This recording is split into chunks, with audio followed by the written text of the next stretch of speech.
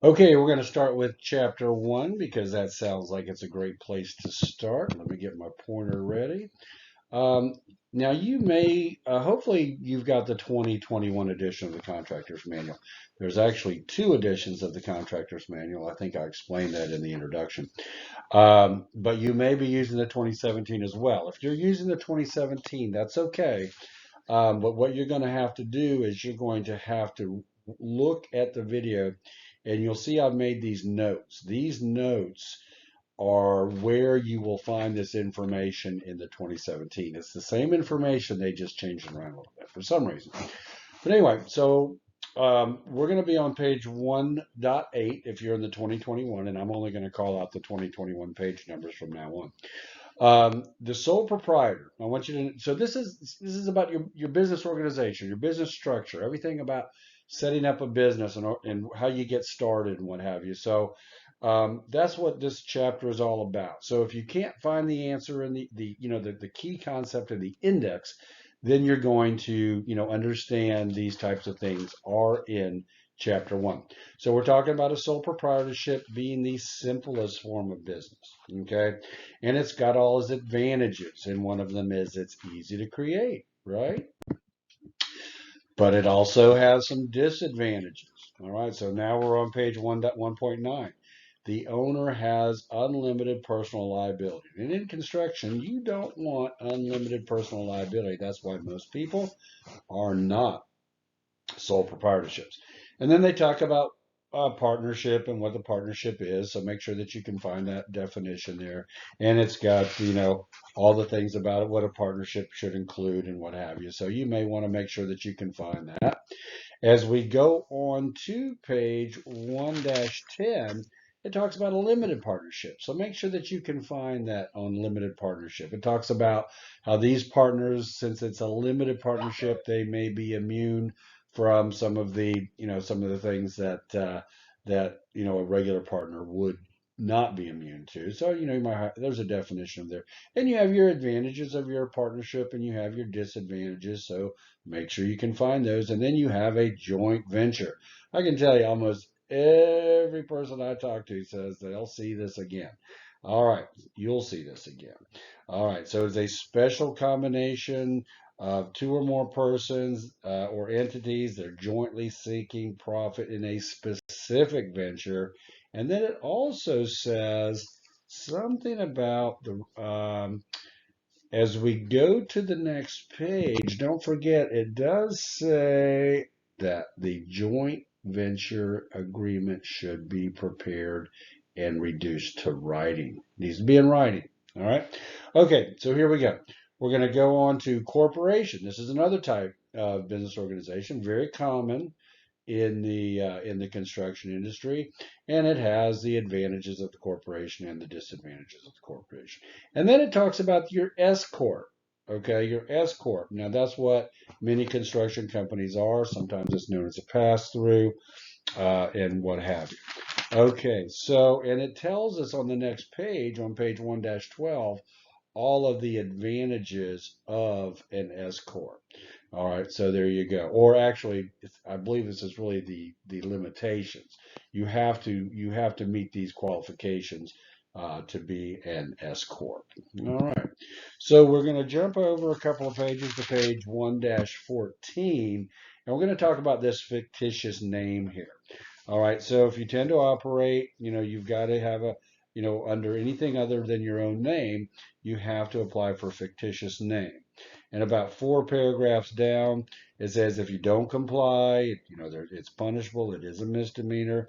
And then it talks about that last paragraph on the page that if a change of ownership occurs, you've got to file a cancellation registration within 30 days of the change. Now, there is a fictitious name. It also says fictitious names are valid for 5 years, okay? And you have to actually, it says each fictitious name must be renewed between July 1st and December 31st.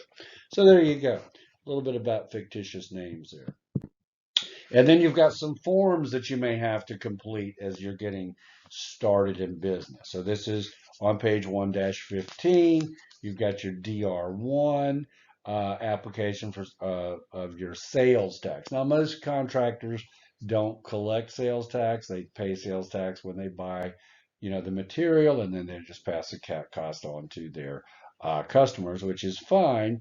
But if you want to do extra paperwork, you can collect sales tax, and that means you will be buying material exempt and then passing your sales tax on to your customer, adding it on, and then you got all this paperwork you got to do. You got this DR1. You got to apply for your sales tax number. All right. Don't advise you do that. Federal, and then you have your federal down here. You've got your federal, which is your tax ID. Your SS4 is your application for an employer identification number. You definitely want to do that. That is basically what I consider your company's social security number, and that's what you're going to use for all your tax filing and what have you. So you got to have it. And then we're going to go to the next page on page 116. They talk about a qualifying agent. You're going to learn a lot more about qualifying agents in chapter 2. It's a very important concept, but they don't really hit it here. It even tells you right there, chapter 2. And when you get to chapter 2, you'll see. All right, we're going to move on to page 21. There's not a whole lot that you need to know over the next couple of pages. Page 21, dissolution of or termination. So it tells us how we're going to dissolve a partnership, and there's some steps involved and what have you. Not a big deal, but, just make sure that you can find it. And then as we go to the last page of this presentation, which is on page 1-22 in the chapter 1 of the contractor's manual, it says that there's 2 ways to dissolve a corporation. Okay, there's voluntary. You can just do the forms with the state and say, okay, I don't want to be a corporation anymore. See you later. I'm going to retire. I'm going to do something else. Okay, that's great. Or there's involuntary. You don't want that, because if you don't do your renewal, which is due, it's your corporate minutes, it's your corporate report, they call it, due May 1st every year. When you get that email, my suggestion is when you get that email from the state, you go ahead and pay right then. It's $150. If you wait till after May 1st, it's a $300 penalty, and it's $450. And then if it goes on until September, it's another $300, and it's $750, and they will dissolve your corporation if you don't pay all that. So that's an involuntary dissolution, and you don't want that. And that's chapter 1. There's not a lot in chapter 1, but you could get 2 or 3 questions out of it. And it's all about, setting up your business and getting started. So once again, if you can't find it in the index, then and you think the question is, revolves around getting set up in a company, maybe a form or something like that, go to chapter 1 and see if you can find it. I do want to tell you that you do need this book. These presentations are in no way designed to replace the need to have this book. You need to buy the book. If you don't have it already, you need to take it to the exam with you. This is by far the most important book on the business and finance exam. And it's also extremely important on the general contractor, building contractor, and residential contractor exam as well. Hey, and then when you get your license, hey, think about giving back a little bit. Maybe a little charity, maybe to your church. You're going to make a ton of money as a contractor, so choose a good charity and give a little bit back to the community. This has been Jack Sheffield, Jack the Exam Guy, wishing you luck on passing this exam, and I really appreciate your business.